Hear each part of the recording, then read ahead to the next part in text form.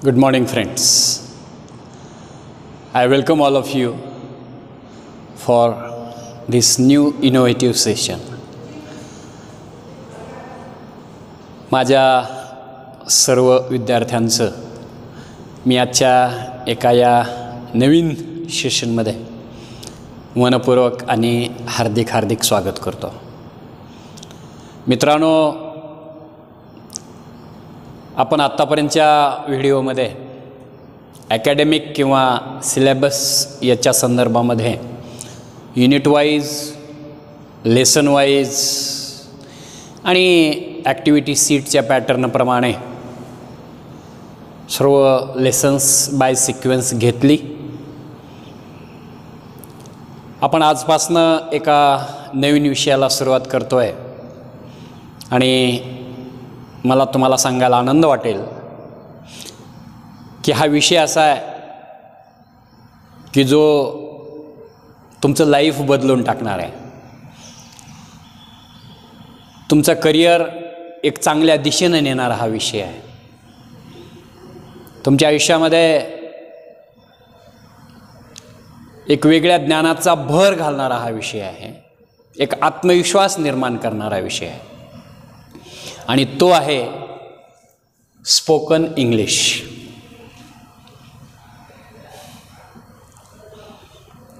Spoken English आपण अनेक वेळा हा शब्द उच्चारतो, ऐकतो सुद्धा.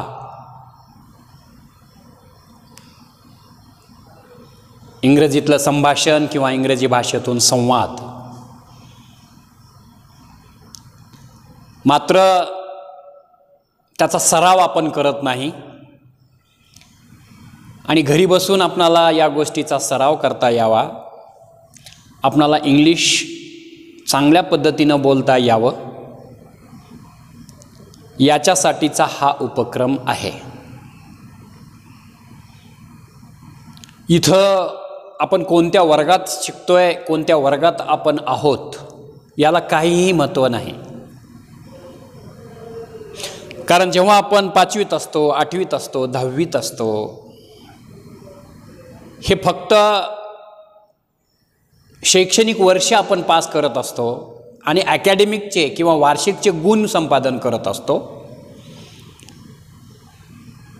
मात्र त्याचबरोबर स्पोकन इंग्लिशमध्ये आपली किती उन्नती झाली हे बाजूलाच राहतं. अनेक वेळा माझा अनुभव असा आहे की इंग्रजी विषयामध्ये विद्यार्थ्यांना भरपूर गुण मिळालेले असतात, मात्र त्यांना जेव्हा इंग्लिश बोलण्याची वेळ येते तेव्हा मात्र त्यांचा कुठंतरी आत्मविश्वास कमी पडतो आणि त्याच्या संदर्भामध्ये असणारं स्वतंत्र ज्ञान थोडं कमी दिसून येतं आणि मग हा विद्यार्थी थोडा मागं दिसतो. आपल्या क्लासचा उद्देशच असा आहे की तुमचं शिक्षण चालू असताना, तुम्ही पुढचा वर्ग घेत असताना त्याचसोबत तुमचं स्पोकन इंग्लिश सुधारलं पाहिजे. हे स्पोकन इंग्लिश केवळ माध्यमिक स्तरावरती कामाचं नसून ते उच्च माध्यमिक आणि पदवी आणि पदव्युत्तर जिथपर्यंत तुमचं शिक्षण चालू आहे आणि जिथपर्यंत तुमचं लाईफ आहे तिथपर्यंत या स्पोकन इंग्लिशचा उपयोग आहे.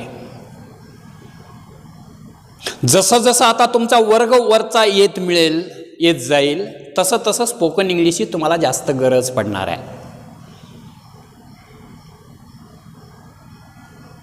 विशेषतः पुढे चालून ज्या स्पर्धा परीक्षा आपणाला द्यायच्यात, काही इंटरव्ह्यूज फेस करायच्या आहेत, ह्या सगळ्यांच्यासाठी your spoken English will be tested at time to time.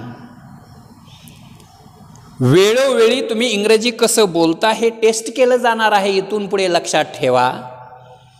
म्हणून आजपासून आपण सिरियली स्पोकन इंग्लिशचा क्लास घेणार आहोत.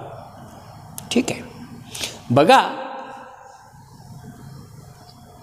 या ठिकाणी 2-3 टप्पे आणि त्या टप्प्यानुसार आपण चर्चा करतोय. सुरुवातीचा आहे अँड इंट्रोडक्शन किंवा ज्याला आपण प्रस्तावना म्हणतो, इम्पॉर्टन्स ऑफ गुड स्पीकिंग.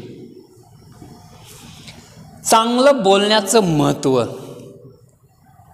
आता तुम्ही असं म्हणाल की आम्ही तर चांगलंच बोलतो, आम्ही कुणाला कधी वाईट बोलतो. विषय तसा नसून एखादा मुद्दा आपण किती सिस्टमॅटिकपणे समोरच्याच्या समोर मांडतो, how do we express our self in front of others is more important. अनेक वेळा आपणाला बऱ्याच गोष्टींचं ज्ञान असतं, त्याच्याबद्दलची माहिती असते, मात्र we are unable to express effectively. परिणामकारक पद्धतीनं आपण ते व्यक्त नाही करू शकत आणि त्यामुळे आपण मागं पडल्या जाऊ शकतो.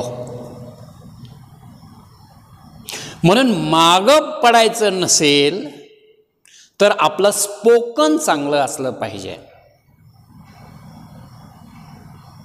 शुद्ध बोलता आलं पाहिजे, विशिष्ट उच्चार करेक्ट करता आले पाहिजेत. प्रश्नार्थक वाक्य असेल तर ते त्या टोनमध्ये बोलता आलं पाहिजे. उद्गारवाचक वाक्य असेल तर ते त्या आवाजामध्ये, त्या टोनमध्ये, चढता टोन, उतरता tone, rising tone, falling tone आपल्याला करता आला पाहिजे. योग्य ठिकाणी योग्य ऑथेंटिक प्रॉपर वर्ड आपल्याला वापरता आला पाहिजे.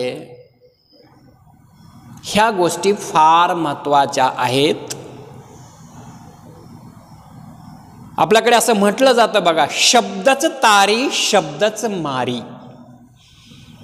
काय होतो याचा अर्थ?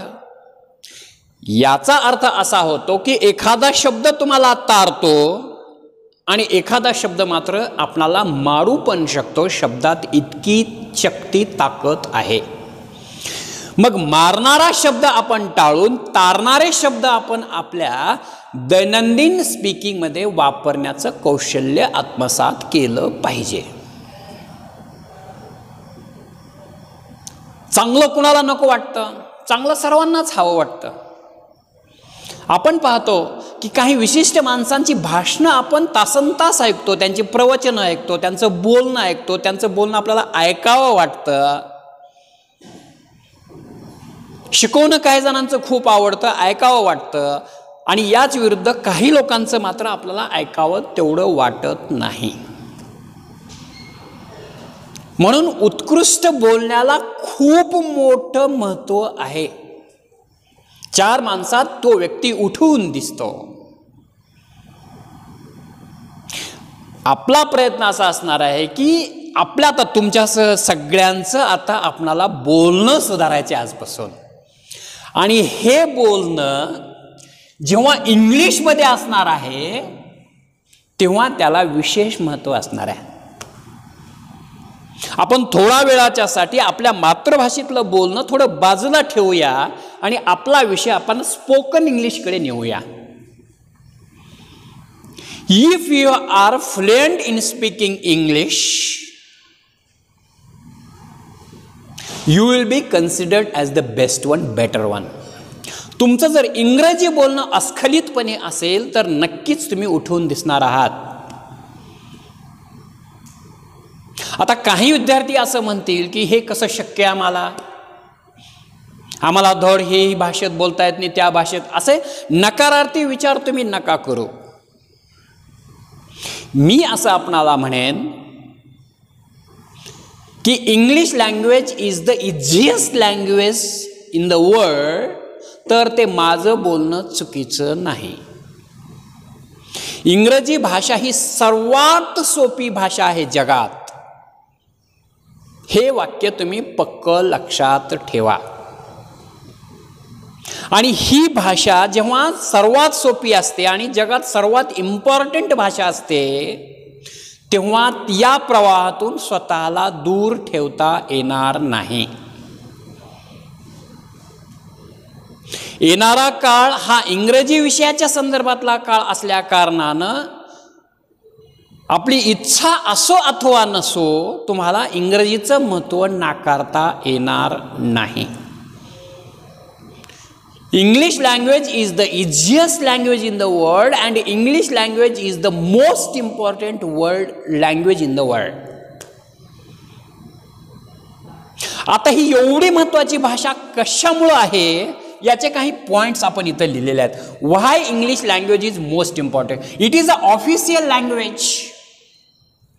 कुठल्याही कार्यालयात कुठेही तुम्ही गेलात तर तुमच्या लक्षात येईल की जास्तीत जास्त लिखाण पत्रव्यवहार हा इंग्रजी भाषेतच असतो. मला सांगा, आपण 10वी शिकलो, ग्रॅज्युएट झालो, पोस्ट ग्रॅज्युएट झालो आणि आपल्याला जर इंग्रजी भाषेतलं वाचन बोलणं येणार नसेल तर नक्कीच आपण जगाच्या स्पर्धेत मागं आहोत, तुलनेनं मागं आहोत असं म्हणायला हरकत नाही.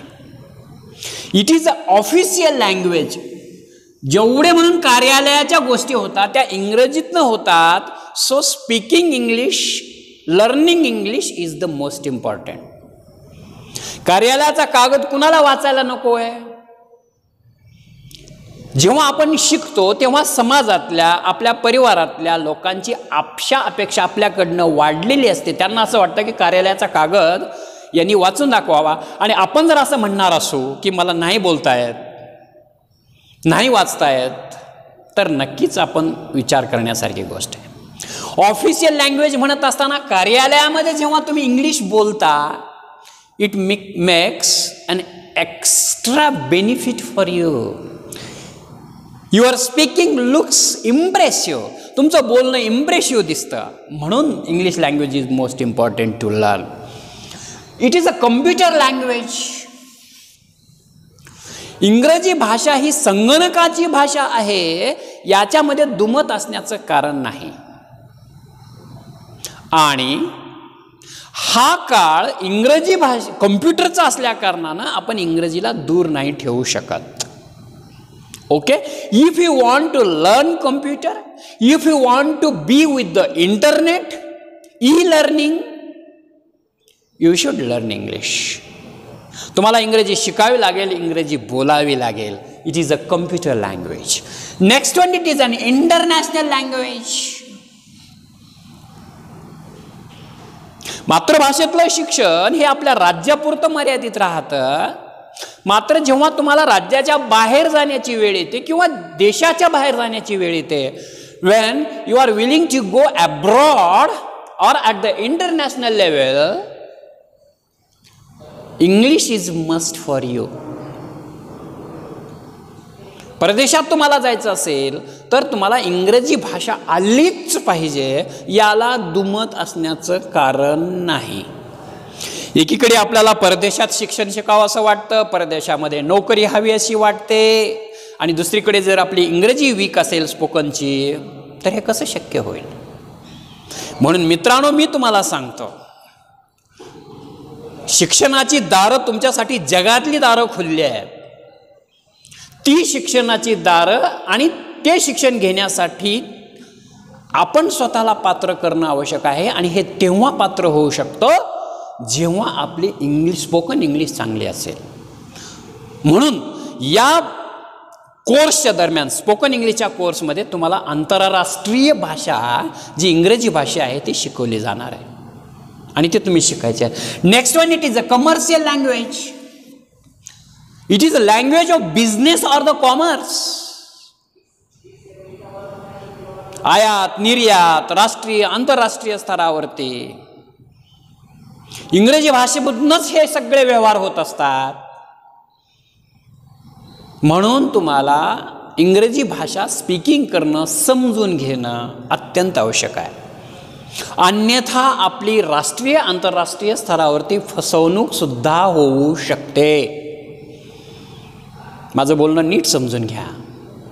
समजा तुम्ही दुसऱ्या देशामध्ये गेलात, त्यांचं बोलणं आपल्याला समजत नसेल, इंग्लिशमधनं ते बोलत असेल, आपल्याला ते कळणारं नसेल, तर आपली फसवणूक सुद्धा होऊ शकते, फसगत होऊ शकते. आणि ती टाळायची असेल तर तुम्हाला English language is must to learn to speak.